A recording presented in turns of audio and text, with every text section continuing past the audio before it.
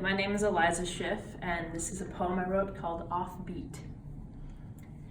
I didn't know wind could scream.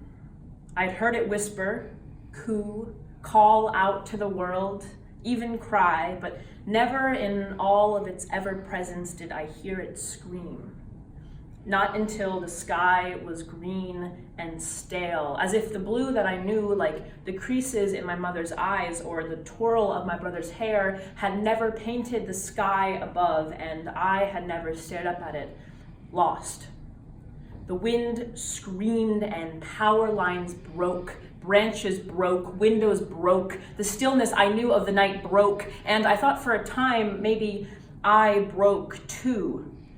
I wanted to see it, to look out of the window and watch as rain fell, or maybe rain took, to look out and brace the storm sung by satellites and weather balloons and Channel 4 that sent us undercover, left us wrecked, crying out to our earthly mother, fallible and delicate and defeated, just like Hannibal. This waiting has made an Icarus out of animals.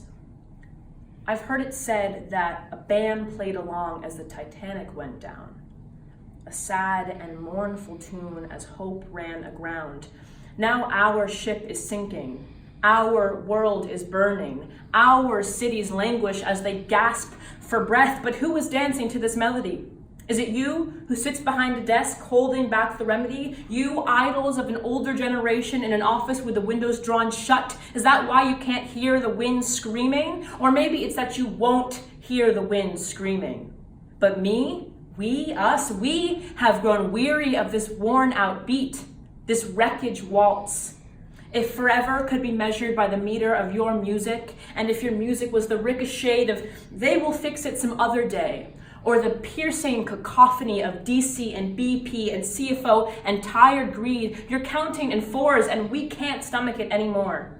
1, 2, 3, 4. 1, 2, 3, 4. It's the sound of drilling and dumping and filling and pumping CO2 into the atmosphere that promised us the air we breathe. It's the sound of storm surges clawing at the only home we've ever known, the neglect of a planet whose life you bemoan. This is the silence of inaction that has left us weeping in vain.